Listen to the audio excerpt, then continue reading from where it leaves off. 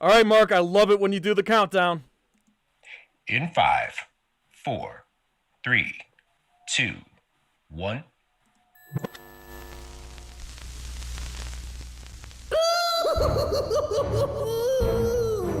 Greetings, citizens! You're now trapped in the nerd cage with your hosts Mark and Jay. We hope you have a smashing good time. Yeah.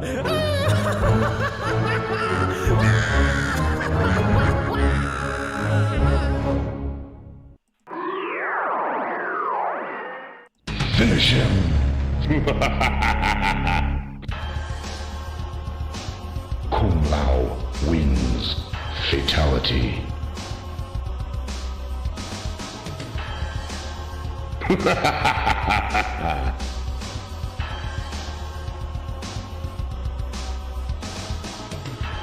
Flawless victory. Prepare to die.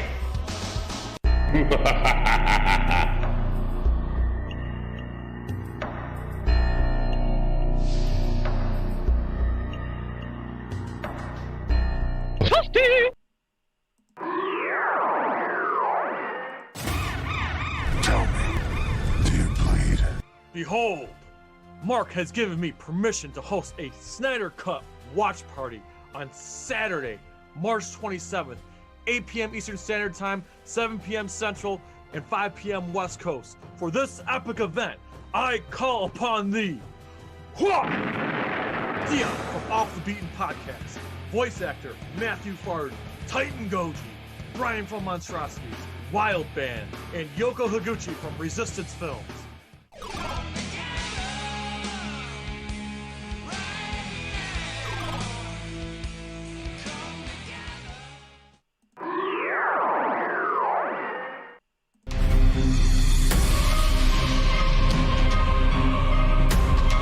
What's shaking, NerdCage Live Nation? Yes, you all saw it coming. What's better than watching Legendary's Godzilla vs. Kong? Watching it with your boys, Mark and Jay, on Thursday, April 15th, 2021, 8 p.m. Eastern Standard Time. And look who we bring in with us. Representing Team Godzilla, louder than an atomic bomb, Adam from Scrye Productions, Wild Band, and voice actor Matthew Forden. Crazy enough to challenge thee, taller than the Empire State, representing Team Kong, Titan Goji, Thea from Off the Beaten Podcast. And we couldn't do this without Jack from BigJackFilms. Can you dig it?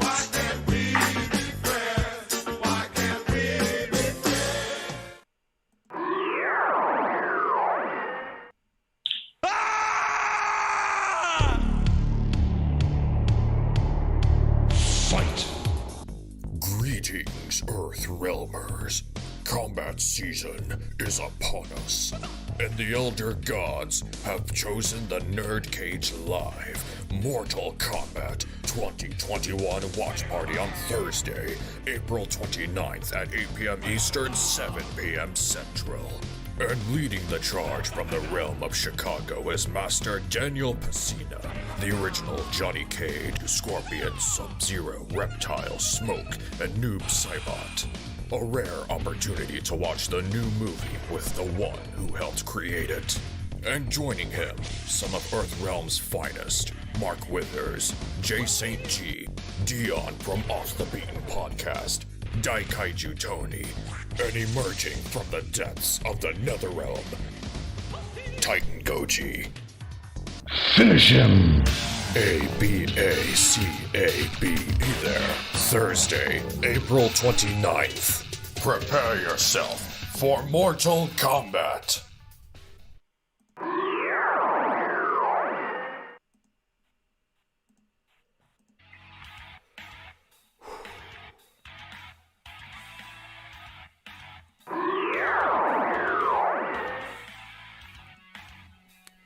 You are about to witness the strength of geek knowledge.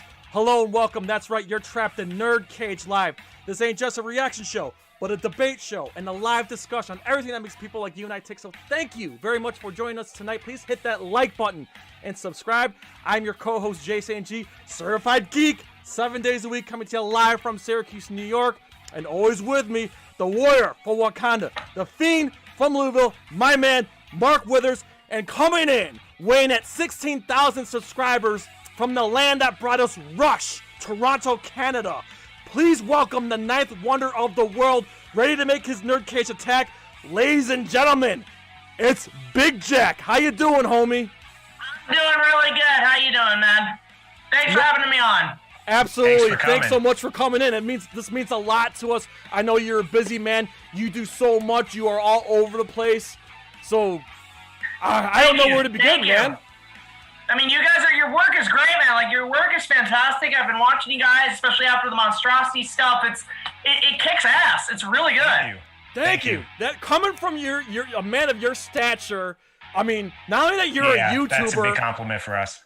A filmmaker. Like, you're a legitimate filmmaker, man. Like, your work is just absolutely bonkers, man. And like, you remade King Kong, you remade all the Batman films. Like, dude, I love what you do. Those are kind of 1 minute shows, but my main inspiration was the original Kong, actually the 70s remake. It was a mix of things. It was Star Wars. Lord of the Rings was really kind of the push front for that, but I did make movies as a kid about 20 years ago on my parents' old cameras, and it was with our neighbors. We actually did, my first movie was Phantom Menace before Phantom Menace even came out. So that's how long I've been making movies, but it was that. It was going to Universal back in the golden age of the park, so seeing the original Kong ride with his banana-scented breath and scared the crap out of me. And my favorite studio is Universal, so all my favorite movies are mostly from that studio alone.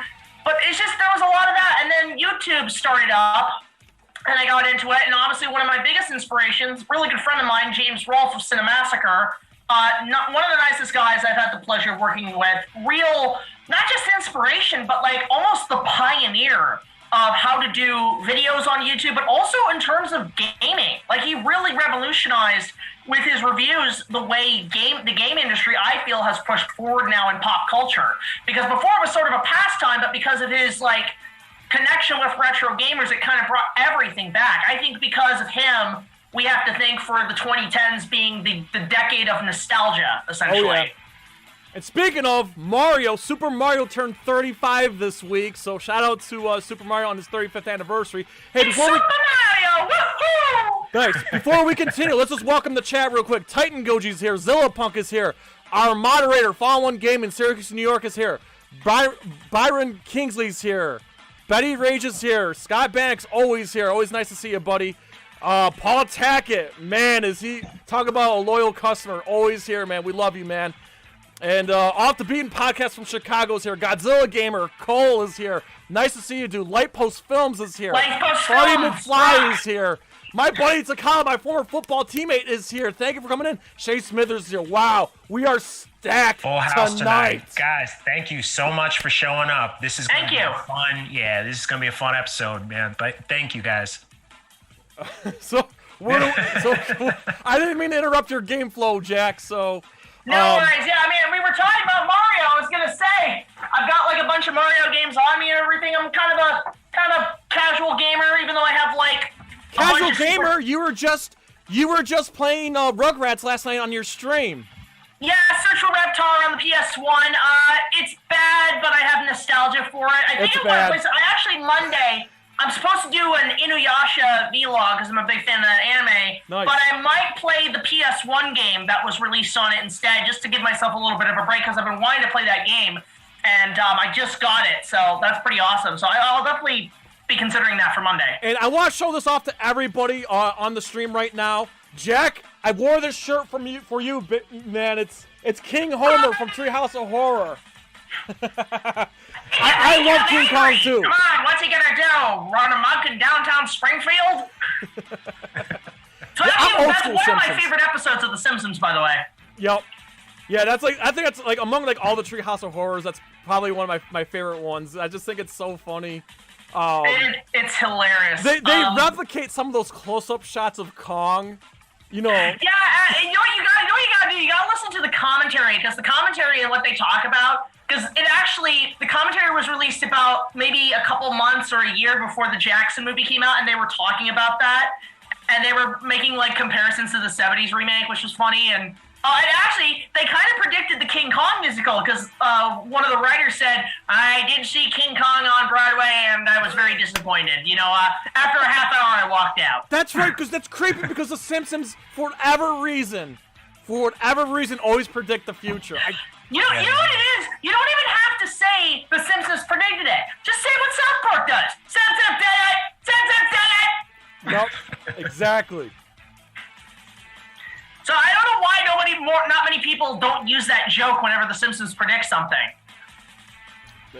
I don't know, man. It's, like I said, it's now another thing. I will say this though. I think The Simpsons have ran their course, and I just found out they just got renewed for 2 more seasons. Like, they're probably gonna wait till one of the main actors croaks out before they decide to cancel it. I mean, I think as long as Matt Groening's alive, they're probably gonna continue. But I just, to me, Simpsons ended after like the 10th season.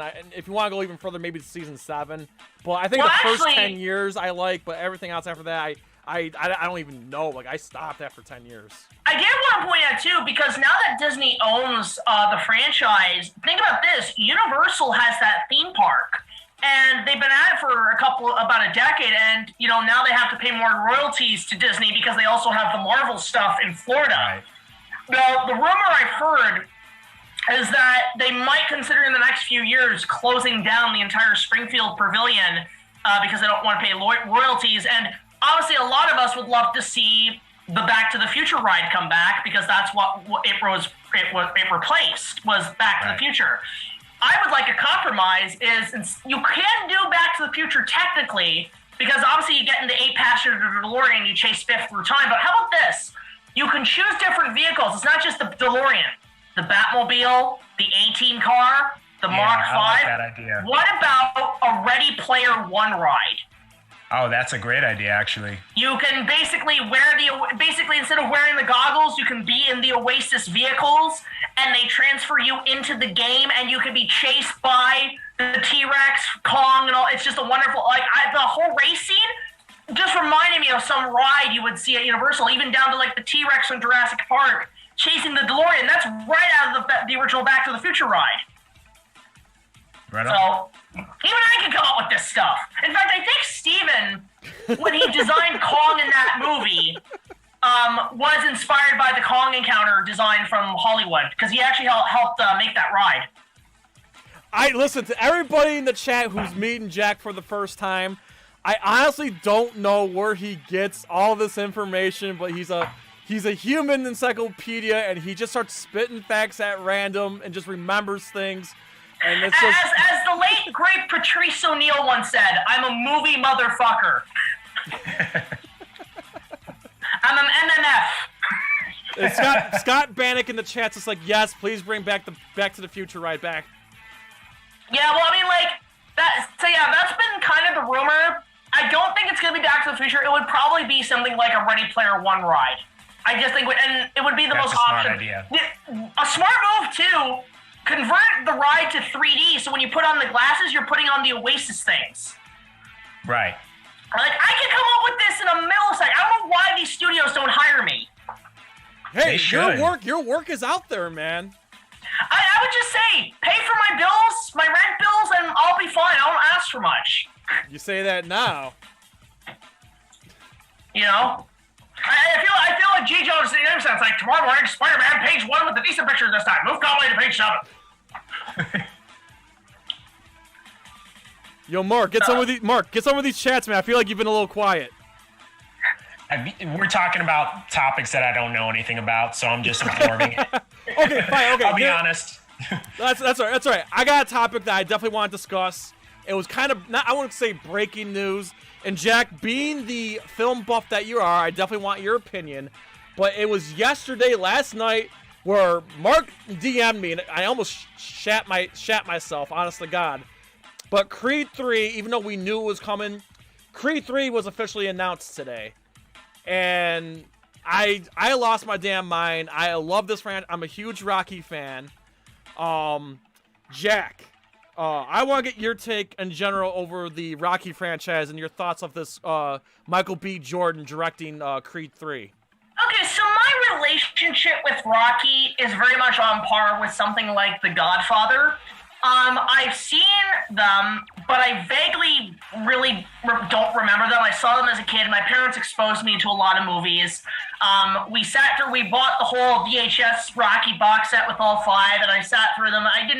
It didn't make any sense to me. Like, even like Godfather, I watched it. Wait, you sat through, you make it sound like a torture. Yeah, just a little side note. First time I saw The Godfather was after I asked, because we went to see Rugrats in Paris, and the opening scene was at a wedding, and the kids were spoofing The Godfather, like the wedding scene, which I'm like, in hindsight, I'm like, that's disturbing for babies, toddlers to be spoofing this very adult movie. So I told my mom about it. I'm like, what the hell were they spoofing shit? Oh, that's The Godfather. So we watched it. Didn't make a lick of sense. I was bored out of my mind. So with Rocky, it's sort of the same. I wasn't bored, but I didn't understand it. Although, if I had to pick my favorite... Watch yourself! The ones I probably watch the most are the first one and my personal favorite, Rocky 4. Mm-hmm. Oh, excuse me. But now, I have not seen the Creed movies, though the first one did catch my interest. I've seen most of it. The second one I wanted to see, but I just didn't get time, although I know pretty much what happens. In terms of Creed 3, I can see basically Michael B. Jordan sort of following in Stallone's first footsteps, where direct the first few and then he takes over. I do ask for one thing, since it's the third film, bring Mr. T back. That's what I'm saying. That's what I've been saying. The son of T, you. It's not Mr. T, it's Mr. U. I mean, Mark, you had a good point, though. Like, I want to see Mr. T have his son fight, but Mark, what was your take on bringing back Mr. T? Right, so a while back, we did a Creed look back, and in that, we were kind of like speculating about like, you know, what's going to be the premise for Creed 3, right? And there's all of this speculation that actually, Michael B. Jordan even hinted that Devontae Wilder is going to play Clubber Lang's son, and that they're going to have, like, you know, like he's going to have to fight Clubber Lang's son. I hope so. I actually feel like if that happens, that's getting into territory where it's like a little bit rote and it's a little bit boring because, you know, Creed 2 was about him fighting Drago's son. So now you're just making it, he's fighting the sons of all of Rocky's nemesis, you know what I mean? Yeah. Like, and does this mean, I mean, if we're going to basically make parallels, does this mean like Rocky's going to die in Creed 3? Stop that. No. Honestly, and I see someone in the chat. There's someone in the chat named Scott saying that's going to be Rocky's swan song. F you, Scott. And JT's Reborn, thank you for coming in, bud. I really appreciate it. Says the Rocky franchise is... He says the Rocky franchise is the most consistently good movie franchise of all time. Thank you. Thank you very much for saying that. I agree. 100%. Rocky 5 notwithstanding, but like everything else in there, including the Creed movies, solid. Yes. I mean, one thing I would actually say, I mean, honestly, if they do that, then you're just repeating the same thing. This is the same thing that Star Trek Into Darkness did. We're just going to do Wrath of Khan again. But what about this? Instead of Rocky, like maybe being like one of the main characters, how about you bring in, I don't know, like the great grandson of Mickey or something? Have it the Mickey family show up? Okay, I'm glad you brought that up because I never said this on air, but this is a great opportunity while we're on it. So I always want to pitch an additional movie to the franchise. My dream addition to the Rocky franchise, I want to see a movie set in the 1910s, 1920s. Well, a prequel, yeah, about young Mick. Mickey! A young Mickey, fighting as a lightweight, in like the 1920s, 1930s, and how he got screwed by his manager and how he became a fighter and this and that. And I want to see the movie end where he opens his gym. Like, I want to see a Mickey prequel would be my choice. I have a pitch for the title. Mickey Zero. Just call it Mickey. Like, that's all we need. Or Mickey or Gold Mill. But I think Mickey. I think, or would be a good title. But yeah, like I it said, turns out it's about the mouse. but yeah, there could be that confusion there. But I really would like. Well, to be prequel to fair, that. there's rumors Disney wants to buy MGM, so that would mean they would own the Rocky franchise. Well, I thought Rocky was owned by United Artists. Is that like? Well, because MGM, I think in the 90s or early 2000s, bought out United Artists. Like, they bought them out. See?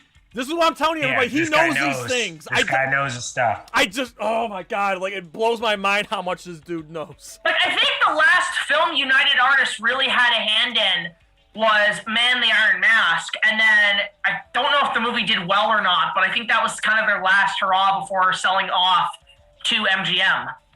Right. So, I mean, how, like, Wizard of Oz was done by MGM, but now that's owned by Warner Brothers. I hate the Wizard of Oz.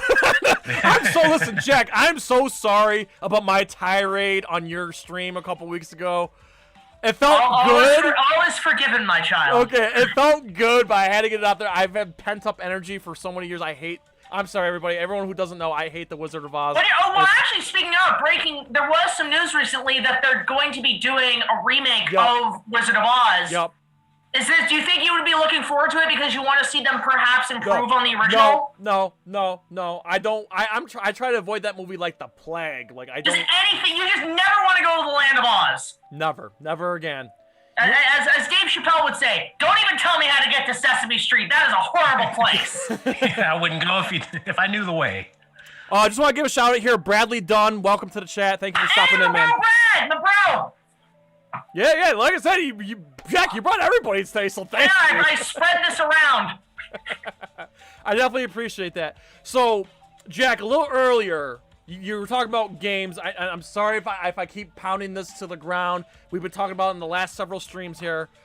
Jack, with your unique opinions and your takes on everything, please give me your take on the Mortal Kombat trailer.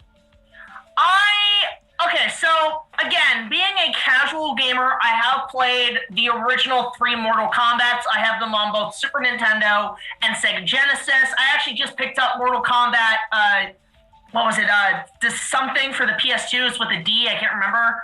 Is it Deadly Alliance or Deception? Deception. That's a good one. I picked it up because I'm going to resell it, but anyway, I figured because I don't have a PS2 to play it. But, I mean, I'm a casual gamer. I have seen most of the original 2 movies because of people like Nostalgia Critic who have covered it and a few other things, but I'm not the biggest I like Mortal Kombat, I like Street Fighter, but I'm kind of on sort of the sidelines where it's just everybody can pick and fight over them, but they look cool. If you had to ask me my favorite characters, it's probably Liu Kang and Scorpion. They're like the two, my personal favorite character, like the top 2 main characters for me. So this new movie, I was thinking, I know this has been through development hell for years, and because of the reputation that video game movies have had of being, bad? Okay. And the last Mortal Kombat was kind of meh, and then you have, Annihilation, which is so bad it's hilarious. It's like Jaws the Revenge, Batman and Robin. Yeah. Same year as Batman and Robin, by the way.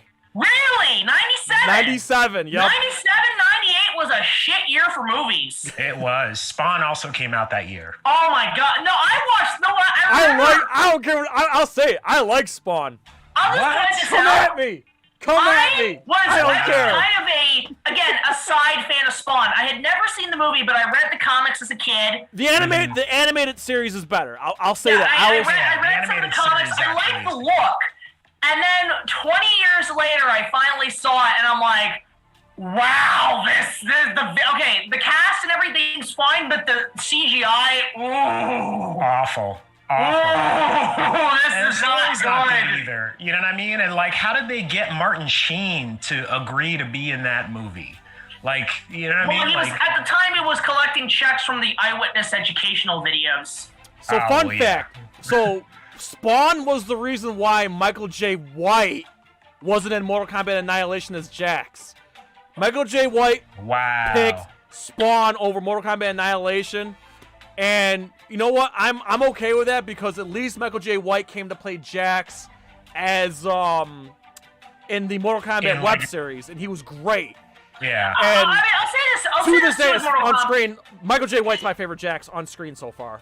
I'll say this with Mortal Kombat. It's I like a lot of like sort of like the stuff about it. I like it as a franchise. I actually really like it. I see a lot of the fan films that like people like Bat and the Sun make. Like I saw, what was it, Scorpion versus the Green Ranger? That kicked ass. That was awesome. I thought it was it was the White Ranger. Yeah, like or was it green or white? I can't remember. It was the White Ranger, but it was Jason David Frank.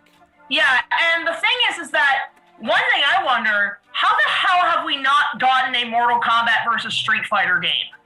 How has that not happened?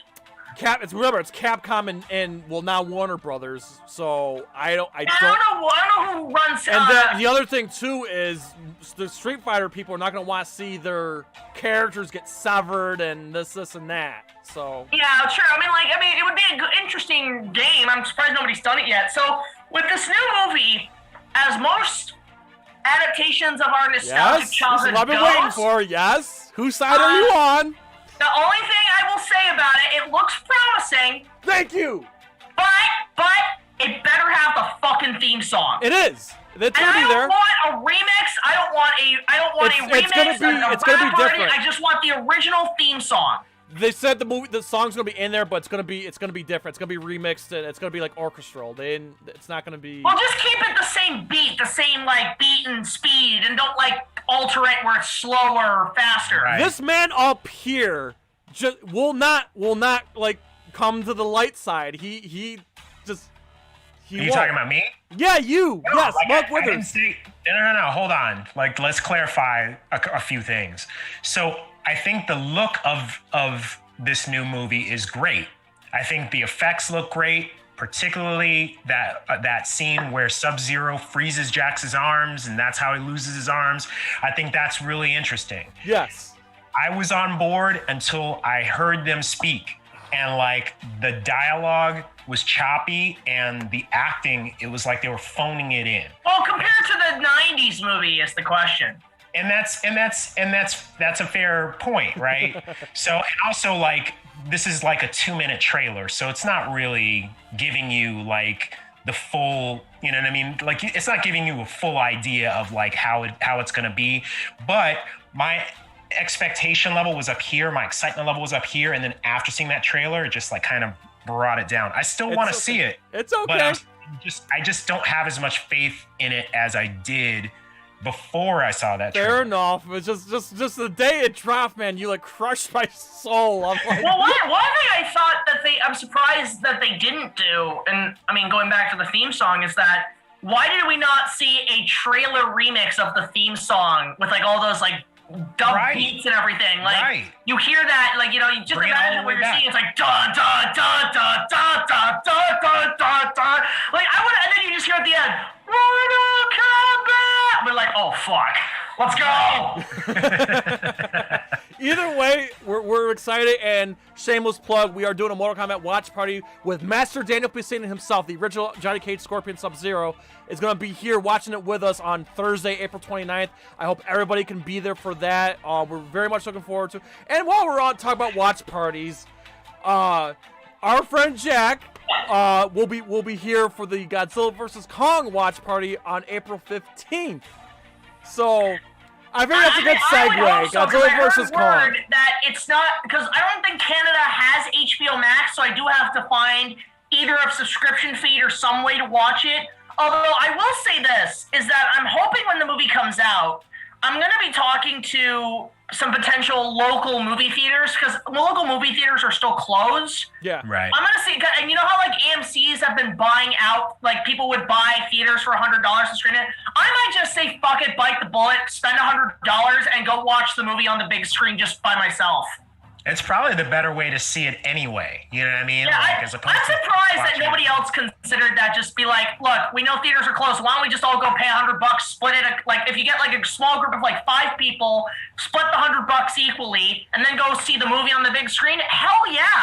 Right. Jack, but I think we are not sponsored by anybody, but I guess I can kind of say it. I think if you get ExpressVPN and say that your location's United States, you should be able to have access to the movie when it drops on HBO Max. It's funny. I hear all about ExpressVPN. I've been trying to tell like my parents and stuff about it. I'm thinking about it. Like we just got new virus software and stuff for our place too. I will think about it. I mean, I got in the mail a thing from HelloFresh. So what? Am I going to be sponsored by HelloFresh soon? I'm sorry. I'm kind of giggling too because I'm looking at the comments right now. By the way, I see Harold of Vortos is here. Thank you for coming in. That's my buddy Thomas. Okay, I just want to give a shout out to Thomas. Yep. He voices the villain on my series, so if you ever need an evil, dark voice, hire this guy. He also does an amazing Mr. Plinkett impression. Okay. I will keep that in mind. If you ever need somebody to do the voice of Mr. Plinkett, you just get him, and he'll talk about his pizza rolls. No, Off the Beaten Podcast is just saying, get with it, Mark. This movie's gonna rock. I'm gonna tell Jay to grab your legs, and I'll ask Titan Goji to grab your arms while we force feed you all the crow. All the crow. Listen, I want it to be good. I am hoping that it's good, you know what I mean? But it's just like, they only gave us a little bit in that trailer, and the little bit they gave us was not impressive to me at all. Also, like, no Johnny Cage. I mean, come on. Where's Sonya? Sonya's in there. Sonya's in it. I hardly even noticed Sonya. No, who's the chick who's like the green Jade. chick? Jade. Well, I didn't see. Was she in the trailer? I didn't see her. Jade's not in the movie. So Melina's in the movie. No Katana. But according to IMDb, Natara, the Outworld vampire, is going to be in it too. All right. Well, maybe a sequel. That's not Annihilation. They're trying. They want MCU. They want to make this like a launching point for an extended cinematic universe. The video game cinematic universe, basically anything that Acclaim made. They make just Mortal the Super Kombat. Nintendo game into part of it. There's multiple realms. Like, listen, you can't cram all 60-something characters, 70 characters plus into one movie. So you gotta start somewhere, and they're gonna probably branch. If this movie's good, which it will, and it's gonna break the video game curse. You know, I believe that they'll start sprinkling like spin-offs and sequels to this. Well, I mean, you can either go the route of, like the sequel is kind of up in the air, because so far with sequels, you either get Mortal Kombat Annihilation or Street Fighter: The Legend of Chun-Li. Oh, man. That's not going to happen. I forgot about that one. That's not going to happen. But I'll say this. I think Street Fighter Legend of Chun-Li is better than Street Fighter 1. I agree. I actually agree, because guess what? There's fighting in it. There's actual, martial arts and shit. And actually, the chick who plays Chun-Li, not bad actress. And I'll say this. It's better than Dragon Ball Evolution. I haven't seen that, but the thing is, the first Street Fighter movie, like, I can get some kind of enjoyment out of it because it's just so out there, and shout out to I forgot the actor's name, but the one who played Adam Gomez. Raul Julia. Yeah, that was his last movie. The one who played Bison. Yeah, and it was his last movie. And not only that was his last movie, but he wanted to play that role because his kids loved Street Fighter. Mm-hmm. And at least he gave a pretty good performance as Bison. It's just Jean-Claude Van Damme was a little a French guy playing an American was to one of the greatest internet early memes of all time. Do you want to take over the world? Of course.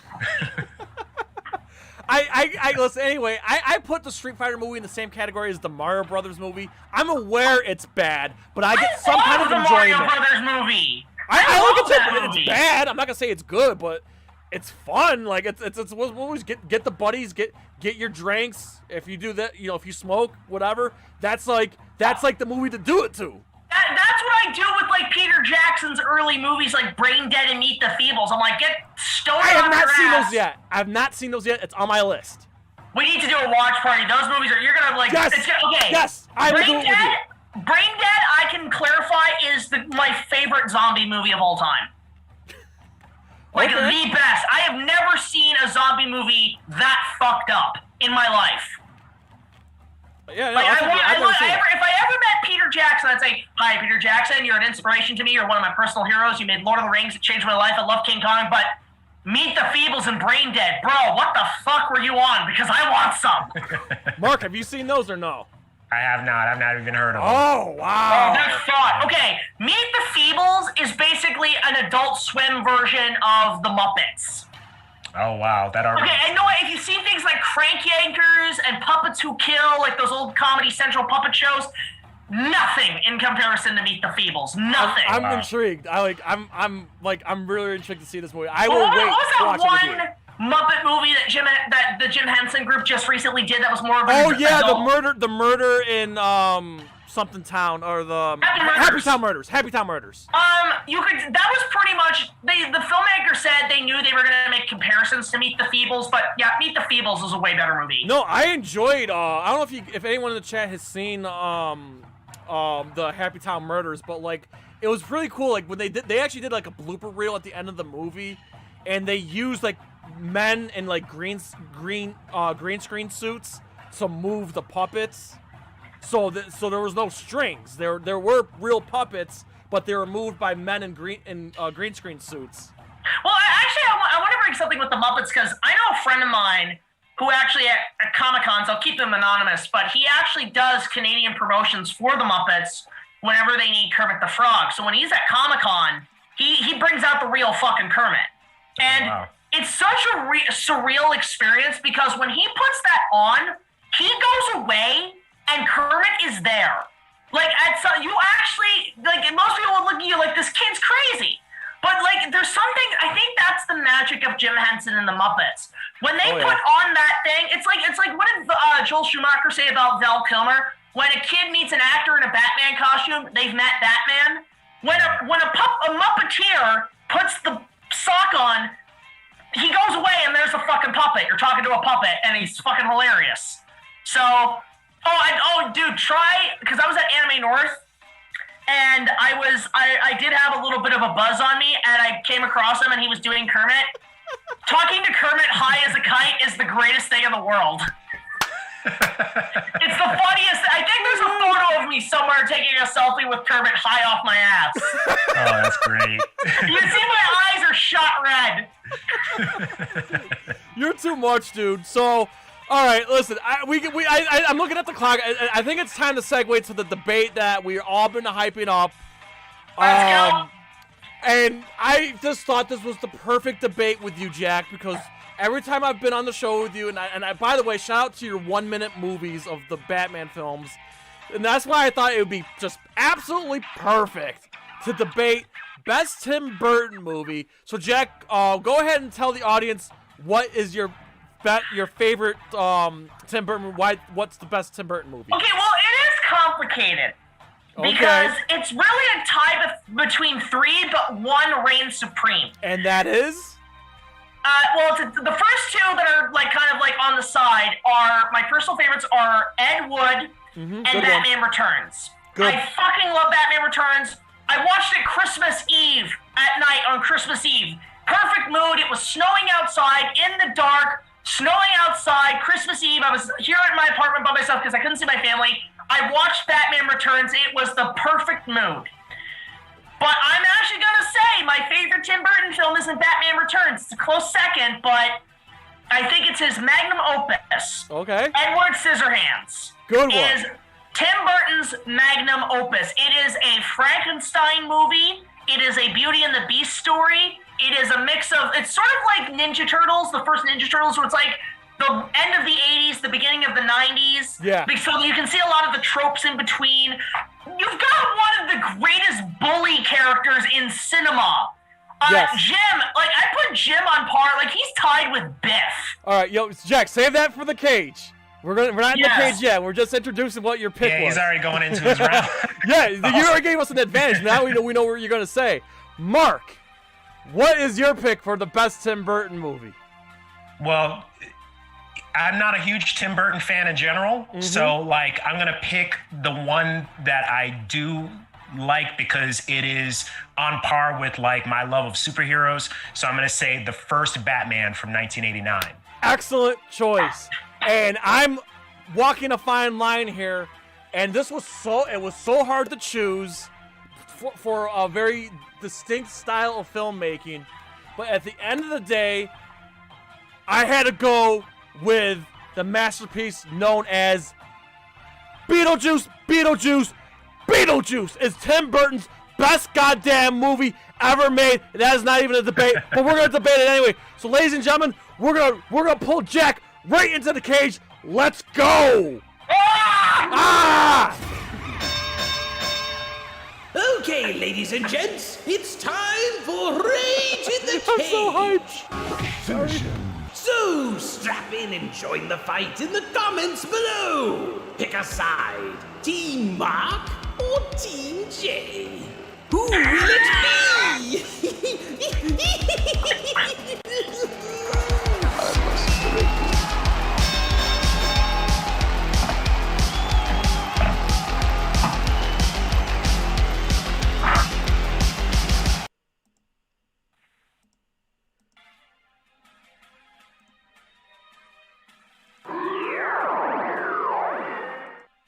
That's right, Rage in the Cage is back once again, as the three of us are going to debate the best Tim Burton movie. Jack, you being our guest, we're going to allow you to throw the first punch. Go! Why is Edward Scissorhands the best movie? Well, first of all, I want to say that transition was perfect. Perfect timing. Second of all, yes, it is Edward Scissorhands, my favorite Tim Burton movie. It's so well shot. It has everything. It's all of Tim Burton's kind of tropes and designs and unique features and everything just all in one amazing package. It's got the snow, the Christmas, the Danny Elfman going thing. You've got the design of Edward Scissorhands, one of the best things Stan Winston ever made. One of his best pieces of work. Johnny Depp, one of my favorite performances. Winona Ryder, probably I'm kind of 50-50 on Winona Ryder, but she was pretty damn hot in that movie. She's adorable. The family's great. The story's great. Vincent Price in one of his final roles. Yeah, it was his final role. Yeah, well, I mean, if you count the Thief and the Cobbler as his final role, but that that is his last role. What a way to go out as sort of, because he's a master of horror. He plays sort of the Dr. Frankenstein, and all that stuff. I mean, the movie's still relevant today. Like, even the Super Bowl did an ad about the son of Edward Scissorhands, the son of Scissorhands, Edgar, which, wait, does that mean they had sex in the first one? So that means Vincent Price gave him a penis? What the fuck? But that's Edward Penis Heads. That's a totally different movie. So, it's just great. But the best thing about this movie, I mean, it's not only that great Beauty and the Beast story, one of the best adaptations. In fact, I discussed it briefly in my Valentine's Day special a month ago about how it is one of my personal favorites in that genre, up there with Kong. But it has one of the greatest assholes in cinema with Jim. I want to savor Jim. I want to save talking about him because I hate this character with a passion. I hate this. You love to hate him. And I would love to meet the actor because what a great guy. Like, what a great actor to play that much of a scumbag. Yeah. But I'm just saving it, but it is my favorite out of all of Tim's work. And I mean, even because, I did see Dumbo, and I was very disappointed with it. I lost a lot of faith in Tim. So I went back and watched his old movies and thought, what made him great? And I just see Edward Scissorhands as like his golden statue, his magnum opus, his there's nothing even like, look, Batman Returns was a close second. But really, even Batman Returns couldn't top Edward. That was the best thing he ever made. Hands down. That excellent opening argument. That is a really good argument. Mark, bring the ruckus. I don't think I can, man, because I'm gonna be honest, I'm not a Tim Burton fan. I don't like most of his movies. What? Come on, But I'll say this much: I do like Batman, and here's why. Because I remember being, 18 years old when it was coming out, and before that, any like live action iteration of Batman was. All you remembered was Adam West in like the gray and the light blue and everything, and he's just like being right exactly like that. So Tim Burton was the one that was responsible for sort of like bringing like this darker version that we'd seen in the comics, like bringing that to life. You know what I mean? And I think the casting is brilliant with Michael Keaton in the role and with Jack Nicholson playing the Joker. You've got a brilliant soundtrack from Prince. Who, I was waiting for that. I knew it. I'm a huge Prince fan, so you know I'm on board for that. So yeah, so that's my opening punch. Probably my last punch, because I don't really know, man. Like this is not my night for this. Oh my God! So Mark is Mark admitting defeat? I think Mark's already admitting defeat before the game started. I gotta be honest. I don't like Tim Burton movies. So. Well, okay, Mark, I'll defend you because I'll actually take your side on this. Come on. Because you can't help him. I will say Batman Returns is my favorite. Is probably one of them. Really, honestly, really close to being my favorite Batman movie because that is the darkest Batman ever got on screen. That was close to an R. I love the score. Like, that's everything I want in a Batman movie. Dark, scary, comic booky. That's the thing I think later Batman movies, even The Dark Knight and everything, have missed. Those two Burton movies did one thing that made Batman iconic. It actually made him scary. And basically, because that's his idea. I must become something that criminals fear. That also applied to the audience. Like, I remember seeing because I was born in 92, so I was born the year Batman Returns came out. Oh, wow. And I remember when I was a wee kid, we had the VHS tapes. I remember the first time I saw Batman 89, we were at a family party, and it was me as like a 5-year-old, and they had a VHS, a VCR, we watched it on VHS. Remember the Warner Brothers bald cap commercials on there? And also, I will say about 89 Batman, it gave birth to one of the greatest Coke commercials of all time with Alfred, where it's like, just for the taste of it.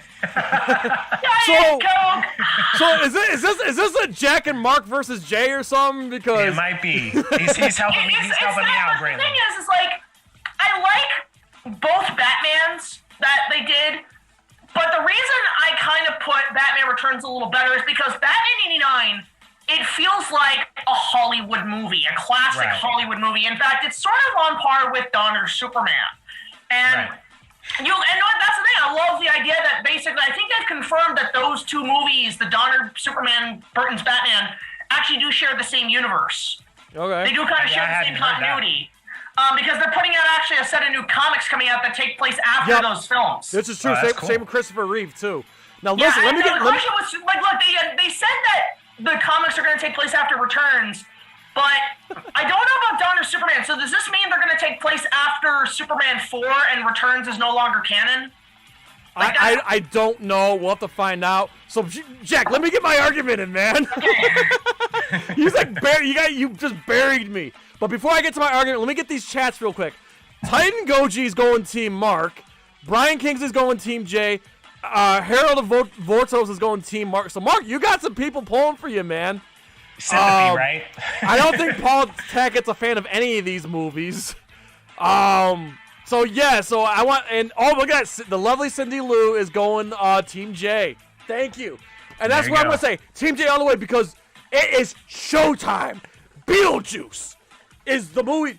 I know Pee Wee Herman, Big Adventure was his first movie, but it was Beetlejuice that put him over the top. Without Beetlejuice, there is no Batman. Without Beetlejuice, there is no Edward Scissorhands. This is Michael Keaton's best movie. Who knew that Michael Keaton had that performance in him? It's iconic. And the visuals, man, like the stop motion. Let me start by saying, like, Tim Burton may not be the best director, but he's the most distinct director that ever lived. You can just play a clip and anyone can watch it and go, oh yeah, Tim Burton must have directed that. His use of stop motion is in full swing here in Beetlejuice. You want to talk about scary? You want to talk about comedy? Beetlejuice gives it all to us. Now, and then we got a really cool cartoon out of it. Hashtag 90s kid over here. And on top of that, to this day, people are demanding a sequel. We want to run it back. So I'm asking to Tim Burton and to Michael Keaton, run it back one more time. Beetlejuice 2, give it to us. That being said, Team J all the way. Beetlejuice is Tim Burton's best goddamn movie. Booyah! If they make a third one, can they call it Beetlejuice? Why not? Possibilities there. Why not? Okay, so I will say to Jay, I do defend him on that regard too, because this is the thing. We all have our strong points, and I'm kind of a peacemaker. I agree with Mark's opinions on Batman. I also agree with you, Jay. I do agree. It is a good movie. So you're saying I won? Well, no, I say it's a good movie coming from somebody that I will confess I've never seen Beetlejuice fully. Never seen it fully. I'll admit, I've watched the cartoon as a kid. That was my first exposure. I liked the cartoon as a kid. I watched it on KTV, local KTV on Global. I liked the cartoon. And I did see the attraction at Universal Studios where he's literally doing a rock show with all the Universal monsters, which was awesome. Like you have like Dracula singing Hot Blooded and all this. You gotta go look up clips of the old show. It's actually pretty fun. But I do also remember they had it where Beetlejuice actually fought the Ghostbusters at Universal. It was pretty kick-ass. But I know of Beetlejuice. They still have the character meet and greets at Universal, but I've never seen the movie, and I've tried. I actually did try on Halloween, and I just couldn't get into it. It was kind of weird. But I will say this, actually, for all of our arguments, the Toronto Film Festival actually had a Tim Burton exhibit a couple of years ago. I had the pleasure of seeing it, and they had a lot of the original costumes and props from all of his movies. I'm talking, they had the puppet snake from Beetlejuice. They had the cowl left over from Batman. They had the Penguin's baby carriage, the actual prop. They had all the puppets from Nightmare Before Christmas, Corpse Bride, even James and the Giant Peach, which I think is one of his most underrated movies. Yes. Even though he didn't direct it, or he produced it, he helped produced it. So I got to see a lot of this stuff up close, and it's really fascinating to just see the detail and design with Tim. That's one of the things I do take. His design is unique. It's gothic, and I'll say this too. I think Tim is hands down responsible for not only the goth culture, but for Hot Topic. No Tim Burton means no Hot Topic. Good point. So I'm looking at the chat. Mark, there's a lot of people. Mark didn't come here. I'm baffled right now because I came here to fight. Mark says he can't put up a fight today, and Jack's just trying to be peacemaker. But look at that. JT Reborn is saying I'm Team Mark today, and he's got a good point here. He says if it wasn't for Batman 89, no Batman the Animated Series. Woo! Oh my God! That's a good one. That is a fact. No Mask of the Phantasm, for fuck's sakes. Yeah, that's a and I'm fact. laughing. Look at Paul Tackett. My God, he's just going hard tonight. He's like, Tim Burton makes no good movies. Wow! Man, I mean, Paul, what did Tim Burton do to you? I won't go that far because there are some Tim Burton movies that I do like, but like he's definitely like not up there for me. Yeah. Do you know what I mean? So this is a difficult one for me because like I actually had to like dig and be like, well, what is a movie that I really do like? And it was and I came up with Batman. I do like the other two movies though that you brought up. Like Edward Scissorhands is stylistically beautiful, I think. And then also, you know, Beetlejuice. I mean, what can you say? Especially like that last song, like at the end, Jump in the Line, Harry Belafonte. Yeah. Like the song that Winona Ryder like lip syncs to at the end. Yeah. You know, like, you know, that's a fun movie too. You know what I mean? I do agree. Like, I mean, the song Deo, I love that song. In fact, I can't remember which episode I did it on, but when we were on lockdown, I did sort of a parody of that song, but it's all about staying at home. Like, daylight come and we need to stay home. Yeah, see, Barry McFly in the chat gets it. He's like, Day-o. Shay Spitters, if I had to pick, it's Team J. I'm surprised that Jack, man, it's like a fight between. I mean, I don't like. Maybe it's just because like I'll just quote another Batman movie. I'm a lover, not a fighter. You know, I try to be sort of the calm person in a fight. I try to be gentlemantic. I try to be, you know, like I bet you at a party. If Adam from Scrye Productions was in here, if Adam from Scrye Productions was in here right now, you'd be fighting him. Because whatever reason, you know what? I'll challenge him. I'm actually going to challenge him. I told you. I just see Mark. I told you, if you want to get Jack to fight and argue, you gotta get Adam from Scrye Productions. I want to challenge Adam to Imagine NerdCage debating which Kong film is the superior, and I will be on Team 76. You know what? I'm all for it. Mark and we'll sit that one out. We'll just go in the cage and just spectate. We'll just be spectators. I am all for it. We'll have to do like a dedicated episode maybe sometime this summer. Get Scrye and Team Jack to fight, and then Mark and I, for the first time, we'll stay out of the cage and just watch. But you know what? I would suggest this. Wait till the new Shout Factory Blu-ray comes out so y'all can experience the extended TV cut for the first time in HD, and we'll have this discussion. Absolutely. All right. So, Mark, do you got anything else you want to counter with, or can I throw my? Nah, I'm done. I just want to throw my counter punch real quick. Like, listen, Edward Scissorhands. Here's the problem with Edward Scissorhands, and this is the most important question that I don't know why no one's brought it up all these years. But the thing that takes me out of Edward Scissorhands, and I'm not saying it's a bad movie, but in Edward Scissorhands, how does he masturbate? Like, he's got scissors for hands, and I can actually answer that kind of, Jay. Kind of, because I kind of know this because it was a joke I saw years ago. But back before they were all about reactions and stuff, the Fine Brothers, bad example to bring up, they did a set of action figure web series before they were really famous. And a lot of that stuff they actually put down in the past. It's one of those things, like if you did a video essay on them, this kind of shit they made back then would get them in a lot of trouble. They would get canceled for this stuff, but they buried it. And they did a series called G.I. Joe, The Epic Saga. And they basically took all their G.I. Joes and made them go on adventures and crossover with Gandalf and Harry Potter and all this stuff. Pretty crazy stuff. And you have it where Dr. Mindbender in this universe created Edward Scissorhands. And you have a scene where Edward Scissorhands is like, Mindbender's telling him to paint. And Edward's like, you made me with scissor hands. How can I paint? I fail to see the problem. I can't hold the brush. You've made me into a horrible freak. You keep me locked away with no way to pass the time. I told you. Masturbate. I tried, Father, but look. And he has like his dick on his scissors. He's shoving it in Mindbender's face. He's like, but look, I tried. Wow, that took a hard turn. You need to see this epic 3-hour film they put together. It is like it would not get it would not pass the OK checks today. It would get canceled immediately. And I just want to, if I'm going to count Batman. How did Edgar get made? That's the thing. So obviously Edward does have a penis because how was they able to spawn Edgar? I just opened up a rabbit hole. I'm sorry. Did Vincent Price just put a big fucking vibrator in Edward and just like inserted a bunch of fucking whipped cream or shit in him?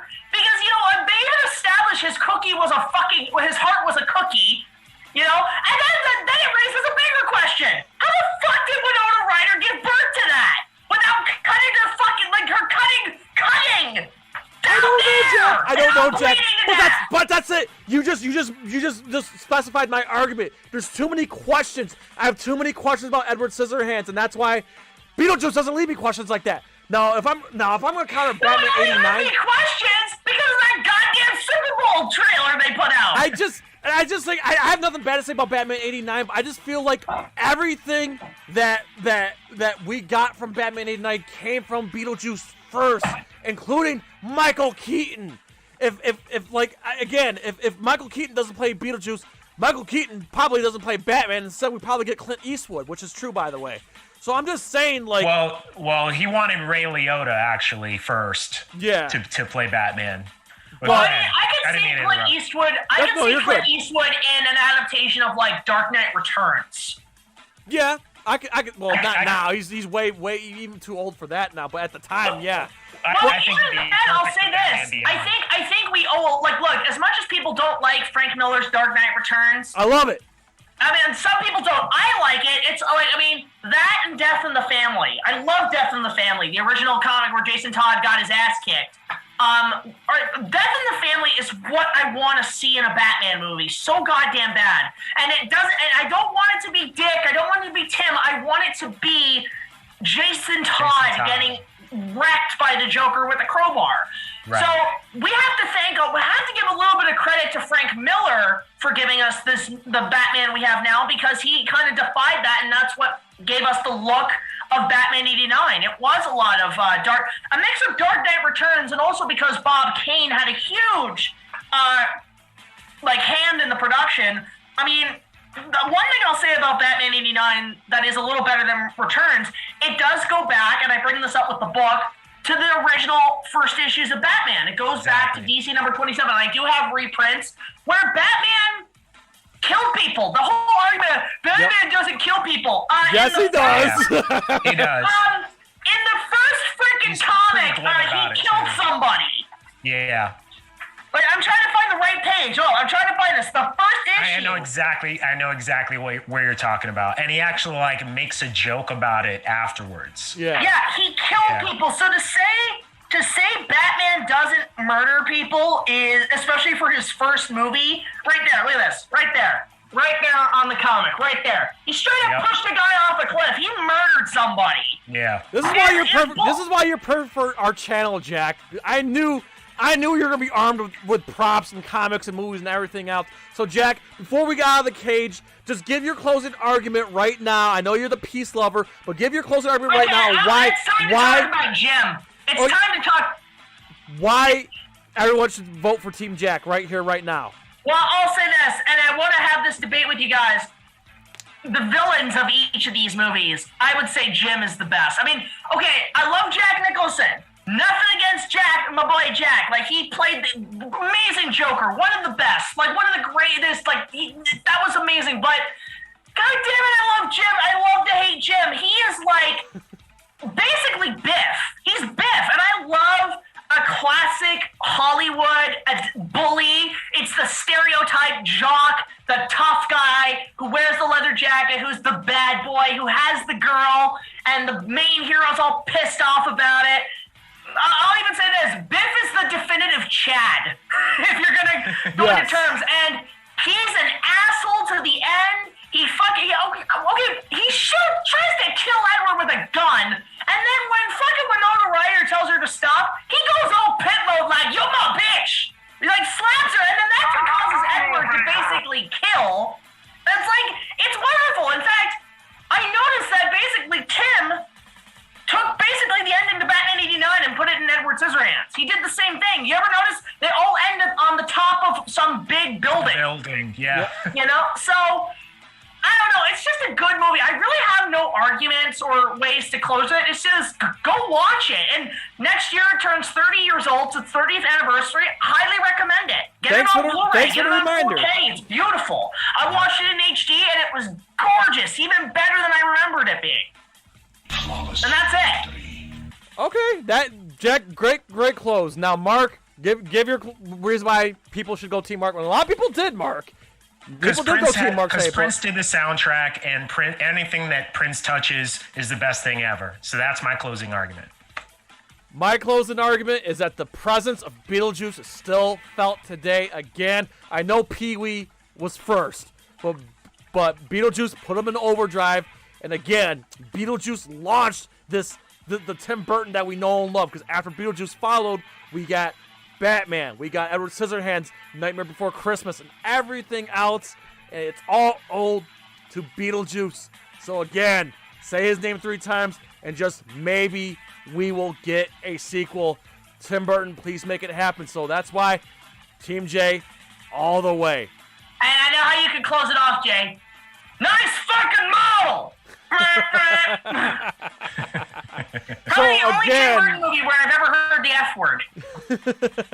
That's it. So yes, I got to rage a little bit while these guys were passive, but you know what? That was a really fun debate. So we're gonna get out of the cage right now. We'll open up the floor for a little bit here.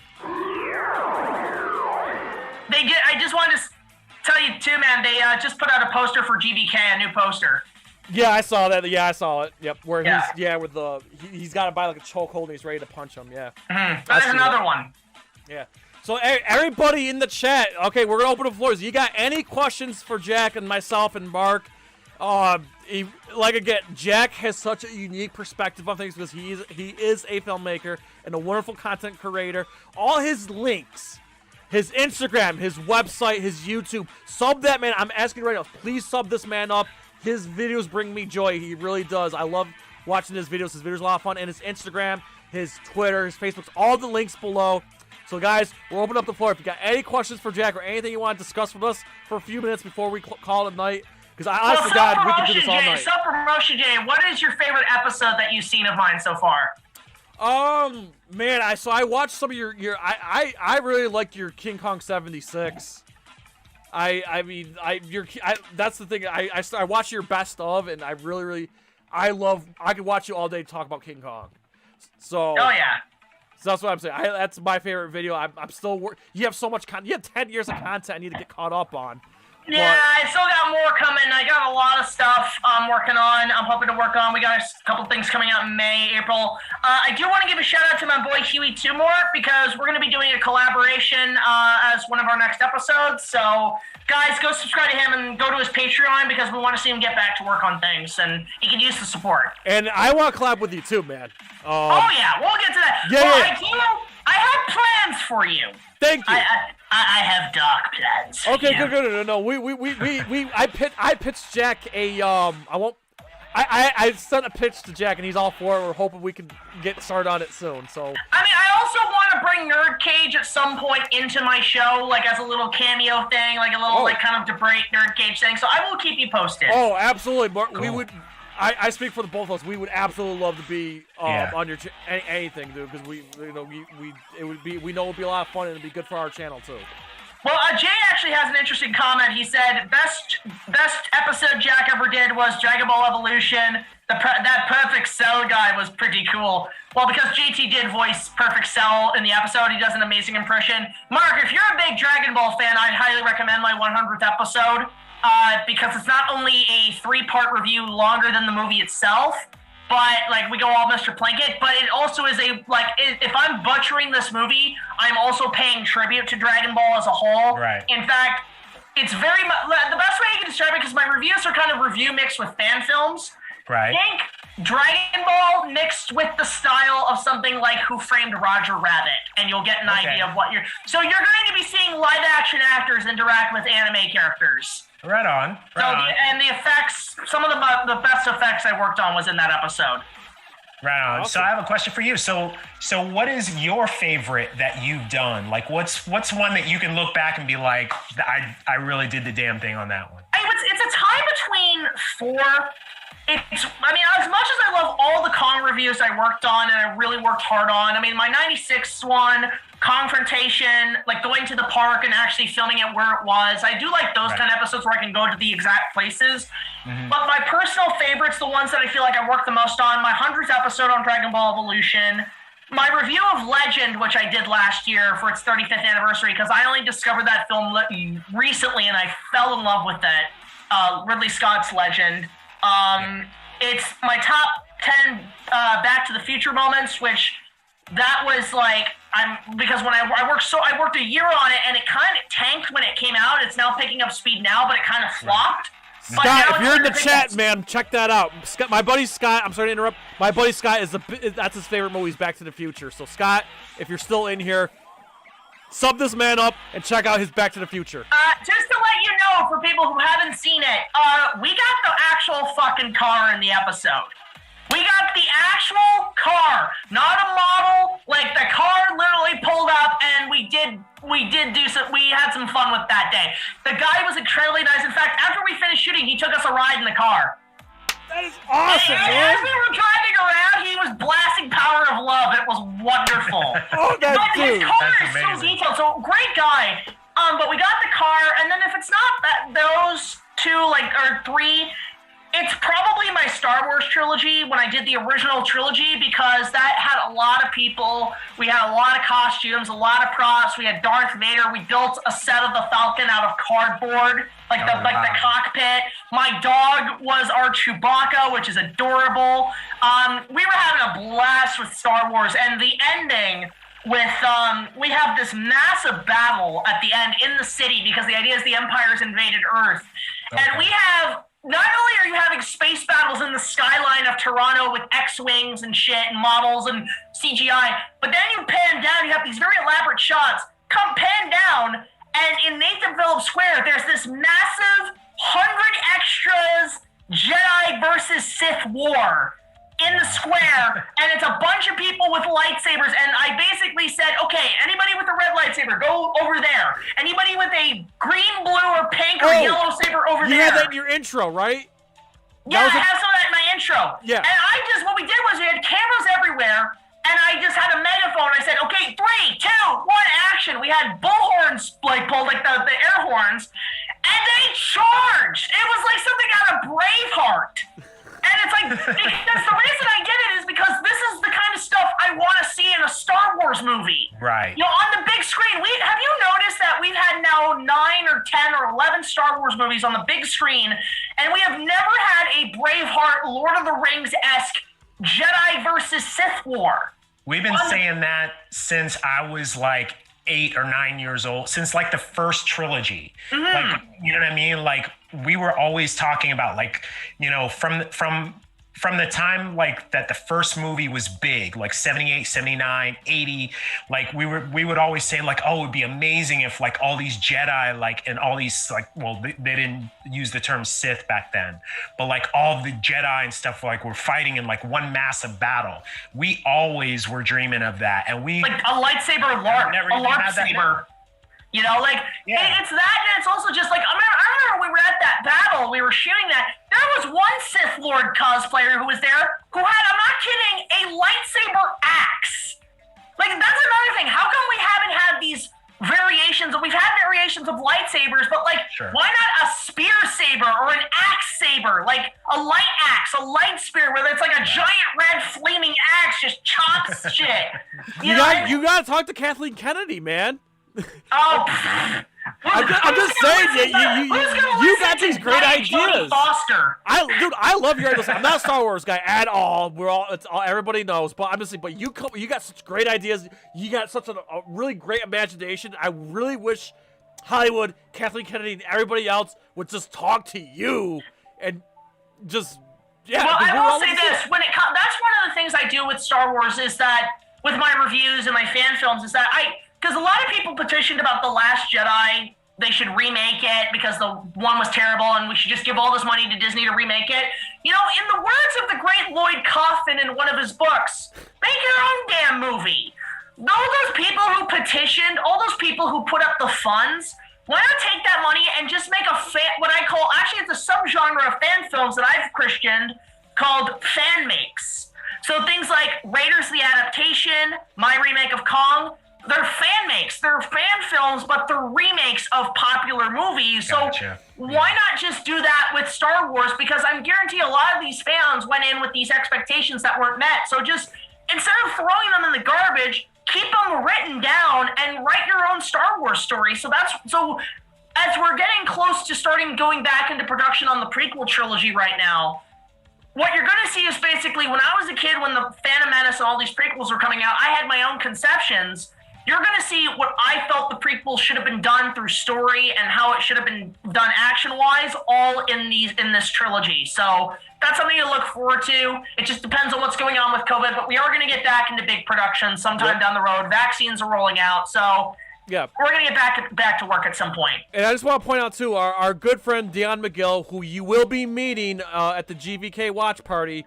Again, shameless plug, April 15th, Thursday, GVK Watch Party with all these guys here, plus Dion McGill and Titan Goji and Anna from Scrye Productions. Sorry if I'm forgetting anybody else right now, but Dion, Off the Beaten Podcast, says tonight he's going to watch Edward Scissorhands as soon as he's done with this. So you have rubbed off our fans already, Jack. I would highly recommend, if you get a little bored, get a little buzzed, maybe have a drink, maybe have a smoke. And then if you get a little bored, you'll enjoy it more a little buzzed. I'll just say that. After I watched it, I was buzzed out of my mind. I'm like, this movie's beautiful. Absolutely. I'm trying to think. Is there anything else I want to touch base on? I didn't know if there was anything else I wanted to ask you. I took over half the conversation. You've opened Pandora's box. I know. I basically got all my stuff out there. Like we discussed Creed, we discussed Mortal Kombat. I guess we could talk GVK just a little bit. In fact, thank you for sending me that poster, Jack. I just seen it. That looks pretty cool. But we all know that you are Team Kong all day strong. I'm riding that wave with you. Thank you. A lot of people on Team Kong. I'm very surprised, especially in the Godzilla community. I think here. Can I explain why I'm on Team? No, this is from a lifelong Godzilla fan here, and I'm a Kong fan too. But my thing about why I'm on Team Kong is in the MonsterVerse I just feel like Kong was the better developed monster and the more sympathetic monster. We got that in Kong Skull Island. And I just feel like the MonsterVerse Godzilla is not the Toho Godzilla.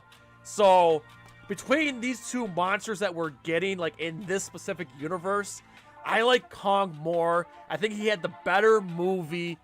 And the other thing too, I'm rooting for the American monster. That's all. So, and I feel like the best Godzilla movies are the ones where Godzilla loses.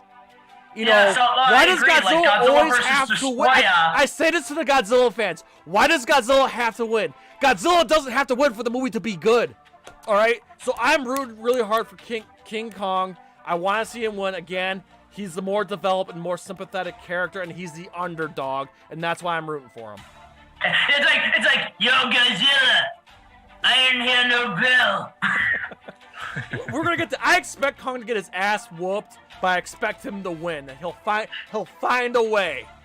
Just like he found a way in 1962. He found a way. About this, like during this whole fight, is that everybody's all about Team Kong, and actually people have been reaching out to me as sort of almost like the Mickey to Kong. I'm the one who's like going to lead the fans to victory in my army. I'm like, yes, the BigJackFilms are.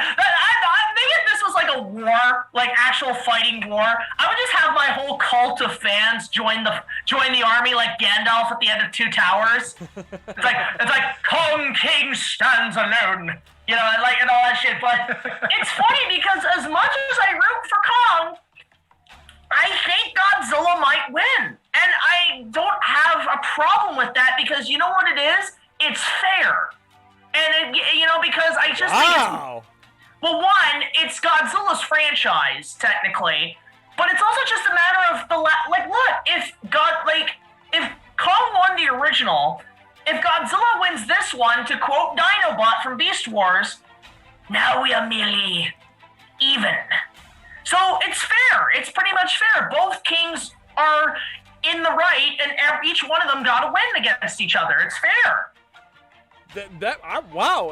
That's. I'm glad you said that. The thing my dad once said to me was like about a friend of mine, and he said, "Did your friend in kindergarten never learn to share?" That's what it is. I'm kind of guy that's like, look, as much as I want Kong to win, Godzilla would win because it's fair. It's sharing. Okay. It's sharing, Like I said, I'm just rooting for the underdog, and I just feel like Kong was in this specific universe. I just feel like he was better developed. Mark, this is exciting. So Mark hasn't seen any kaiju movies yet, but he's gonna be part of the watch party, and he's gonna watch the MonsterVerse movies before we get to the watch party. So Mark's like totally going in raw with the MonsterVerse, and I really cannot wait to get Mark's perspective of both monsters leading up to this movie. Yeah, I mean, I'm excited for it too. I mean, I don't know anything about any of the stuff that you just talked about at all. Like, you know what I mean? So I'm going to watch Kong Skull Island first, and then I'm probably going to watch King of the Monsters. Just skip Gareth Edwards. It's not worth it. Yeah, we're not the only ones that told him that. Yeah, I'll watch a few movies leading up to it, so I kind of have an idea of like what's going on, and then hopefully I can join in the conversation next time. But Mark, have you seen any of the prior films before the MonsterVerse? No, Nope. I've never, and I hope I'm not offending anybody, but I've just never had an interest in any of that stuff. Not offended at all. Not for me. We are fascinated. Listen, Mark, we are fascinated because when we listen, I'm just like I said, I'm just trying to gently lure Mark in. I'm not gonna jump. And I'm open jump to on my watching any of that stuff. And I just want to see if I can make a couple suggestions, Mark. Yes, please do. Start with the original King Kong. That's where it all started. The original King Kong. It might be a little bit outdated, but you got to look at it for its time, how it influenced cinema, how it influenced so much. Like, masterpiece. no Kong means nothing we have now. It really was a game changer. I'd recommend the original Gojira. I would recommend the 76 King Kong if you want to see Kong in more of a modern setting, like the story told from a modern perspective, even though it's the 70s, even though it's almost 50 years old, it still resonates as sort of a current Kong. The Peter Jackson film is a wonderful tribute. I would recommend the original King Kong versus Godzilla. And then Godzilla-wise, you can watch Gojira, Kong versus Godzilla, maybe even Godzilla versus Mechagodzilla, the original, and then go to like 84 and then watch the Heisei era. That's my personal favorite era because that's like Batman the Animated Series levels of tone, which I love. And Godzilla versus Destroya is my favorite Godzilla movie. That made me cry.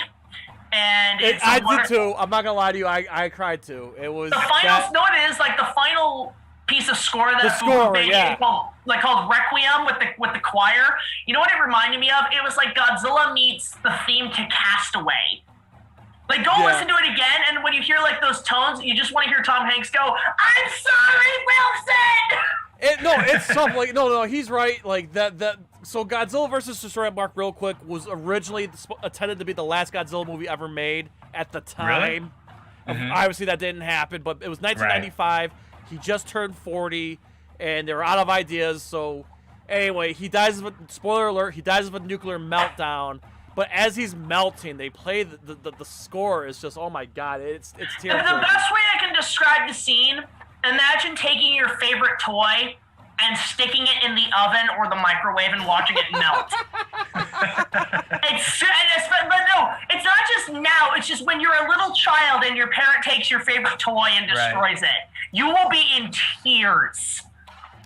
Yeah, no, he's absolutely right. So we're probably going to call it a night here because, Jack, I know we could go on all night, but, Jack, just real quick, take this opportunity. Just all your links are below, but just take this opportunity. Just, tell our audience who don't know you where they can find you and all that good stuff. Well, you can find me mostly at youtube.com at BigJackFilms. I do movie reviews, very on par with most reviewer versus skit reviews, mixed with fan films. I do a lot of elaborate productions. You can follow me on Twitter, Facebook, Instagram. I am on TikTok. I mean, look, I'm a 30-year-old man. I should not be on TikTok, but you know what? It's fun. It's a good, I'd say to a lot of content creators who want to start off, maybe start with TikTok because you can get a lot of followers on there very easily. But mainly also in terms of like helping support the channel, go check out my Patreon. Just $1 or more will get you early access to all of our content. And it would do wonders if you guys supported us. We want to get to more subscribers. We want to do more productions. We just got to wait for the thing to ride out. And the best way you can support is subscribing and watching our videos. Very well said. And Jack, I already know for all those who are here, again, I'll mention again, Jack will be joining us representing Team Kong for the Godzilla vs. Kong watch party on April 15th. And but I wanted to ask you this anyway. We already know you're coming back, Jack, but would you want to come back again on our regular NerdCage format once again? I told you I challenged Adam. What is the definitive Kong movie? That will we gotta make that happen. We'll make it happen, Scrye, if you're watching. Look, Peter Jackson's movie is 3.5 hours. Yep. That debate will be longer than that. That will be as long as the extended cut of Return of the King. Yeah, we will make it happen. And like I said, Mark and I will just get our popcorn ready, and we'll just let the fire. Just get your helmets. You didn't fight helmets. enough, Jack. You didn't fight enough. But I know when we throw Adam in the cage with you, just like that scene from was it in The Dark Knight where Joker breaks the the stick there and says, "Okay, we're having tryouts. One position open. Tryouts. Make it fast." That's what me and Mark intend to do to you and Scrye. Only one can come out of the NerdCage alive for that. We will make it happen. Make it like the GVK trailer. Yep. Just put our faces on the aircraft carrier. Yes. Kong just punching Adam out. Yes. But it's that, and it's also just set your phasers to stun if we get out of control. We will be ready with the stun guns. All right, so Mark, anything? We have a lot of stuff in the works right now. Why don't you just tell our audience what we got coming up? Yeah, so shameless plug time, in anticipation for the Snyder Cut. We went back and took a look at Batman v Superman in honor of its 5th anniversary. We compare and contrast both the theatrical version and the Snyder Cut. And in addition to that, we briefly talk about the 2 fan edits, the Arkham edit and the Justice Cut, and the differences between those two. Should be a pretty exciting episode. We had a ton of fun making it. We're editing it right now. Look for that probably to drop next Monday. And then our next look back after that is going to be Denzel Washington's Inside Man. So that'll be beginning of next month sometime. Has it been 5 years since BVS? Yes, exactly 5 years. It has. And it's perfect timing. I know we kind of said, like, off air that Mark and I were trying to avoid, like, the 5-year anniversaries, but the thing is, this is too big of a movie. It's too polarizing. And with the Snyder Cut coming out, we plan on riding that wave. So yeah, there was a lot to talk about in that episode too. Like, you know, like we really, like when we started it, we were like, oh, this will only take like a few minutes to kind of go through because it's a young movie. But like Jay said, it's so polarizing, and Zack Snyder himself is a polarizing director, so we had a lot to talk about there. And I came out defending the man. Like I said, for all my fellow Zack Snyder fans, shout out to my buddy Yoko Higuchi. I came in defending the movie, and I really hope people will listen to what I have to say about Batman vs. Superman. And for those who poo-pooed it the first time, give it a second chance, or those who didn't see the Ultimate Cut should take the opportunity to watch the Ultimate Cut, especially right before the Snyder Cut getting released next week, a week from today. A week from today, the Snyder Cut is released on HBO Max. I'll say this, Jay, I'm on your side because I actually think Batman v Superman was a better film than Man of Steel. It was a way better movie.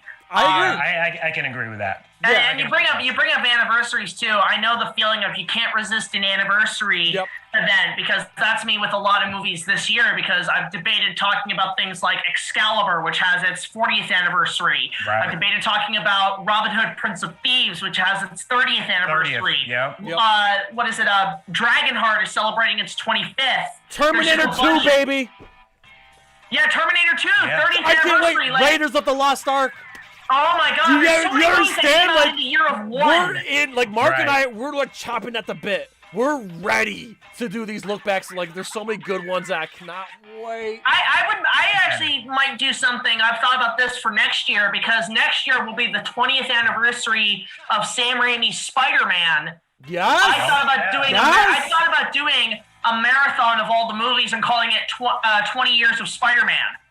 Yeah, that's a good idea. Oh my gosh, yeah, I'm glad you brought that up, because man, do I feel old. Man, thanks a lot, Jack, for making me feel old, even though I'm not that much older than you. I'll tell you what. You take the pictures and I'll make the headlines. Got it?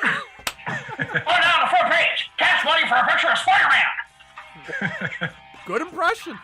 I just want to take real quick. First and foremost, Jack, once again, thank you very much, and thank you for bringing the ruckus, and thank you for bringing all these fine folks that you brought with you in the chat here. You guys have been phenomenal today. It means a lot to us, and you're welcome for the bat suit, by the way, hanging over there. Yeah, that nice. Too. I love it. I just want to say, so next week, a very special show next week, next Thursday. Yeah, it's the same. If you could take a break from the Snyder Cut next Thursday, we have.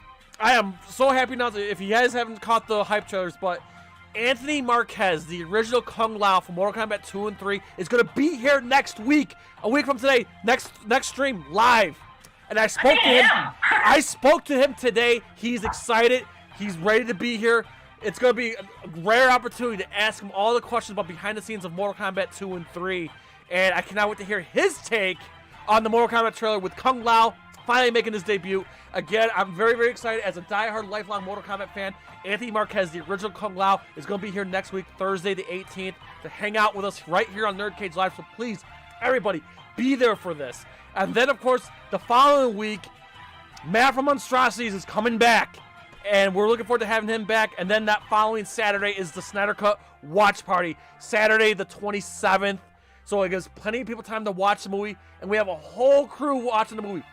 It's going to be me, Dion McGill from Off the Beam Podcast, voice actor Matthew Forden. Brian from Monstrosities will be joining us, and Yoko Higuchi and Wild Band. Like, we got a crew with us for that watch party. And, of course, in April, we have the two other watch parties, the Godzilla vs. Kong watch party with yours truly, Jack. And, of course, the Mortal Kombat reboot watch party on the 29th of April with Master Pacina, Titan Goji, Daikaiju Tony, and Dion McGill joining us for that one. We were so excited. Like, we are riding this HBO Max wave hard, and you guys have been so freaking wonderful. So that being said, we're gonna call it a night here again. Thank you for everybody who tuned in tonight. So we ask you, before you go, please ask you to like, comment, subscribe, ring that bell, spread this shit like silver. So the USA, from Louisville to Toronto to Syracuse to all of our friends and fans around the world at NerdCage Live. Please, everybody, enjoy life, stay safe, and good night. Sayonara.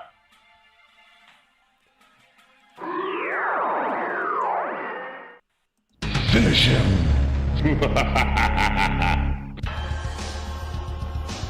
Kung Lao wins. Fatality.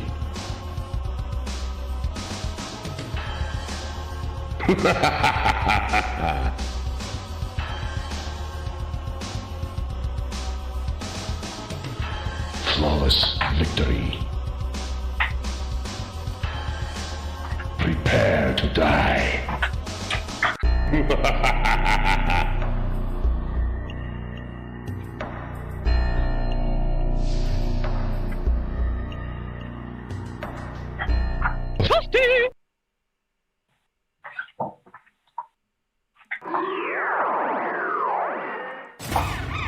Tell me, do you bleed? Behold, Mark has given me permission to host a Snyder Cut watch party on Saturday, March 27th, 8 p.m. Eastern Standard Time, 7 p.m. Central, and 5 p.m. West Coast. For this epic event, I call upon thee, Dion from Off the Beaten Podcast, voice actor Matthew Forden, Titan Goji, Brian from Monstrosities, Wild Band, and Yoko Higuchi from Resistance Films.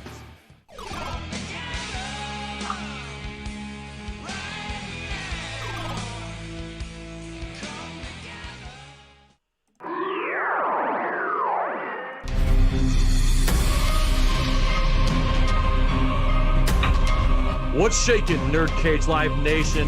Yes, you all saw it coming. What's better than watching Legendary's Godzilla vs. Kong? Watching it with your boys, Mark and Jay, on Thursday, April 15th, 2021, 8 p.m. Eastern Standard Time. And look who we bringing with us. Representing Team Godzilla, louder than an atomic bomb, Adam from Scrye Productions, Wild Band, and voice actor Matthew Forden. And crazy enough to challenge thee, taller than the Empire State, representing Team Kong, Titan Goji, Dion from Off the Beaten Podcast. And we couldn't do this without Jack from BigJackFilms. Can you dig it?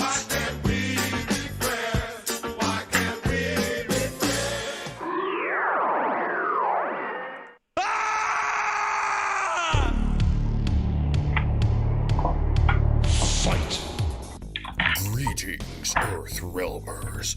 Combat season is upon us, and the Elder Gods have chosen the NerdCage Live Mortal Kombat 2021 watch party on Thursday, April 29th at 8 p.m. Eastern, 7 p.m. Central. And leading the charge from the realm of Chicago is Master Daniel Pacina, the original Johnny Cage, Scorpion, Sub-Zero, Reptile, Smoke, and Noob Saibot. A rare opportunity to watch the new movie with the one who helped create it. And joining him, some of Earthrealm's finest, Mark Withers, Jay St. G, Dion from Off the Beaten Podcast, Daikaiju Tony, and emerging from the depths of the Netherrealm, Titan Goji. Finish him. ABACABE there. Thursday, April 29th. Prepare yourself for Mortal Kombat. Ooh, trying to get out of the nerd cage, are ya? Well, before you go, hit that subscribe button. And if you're really intrigued, ring that bell. Thank you for dropping by.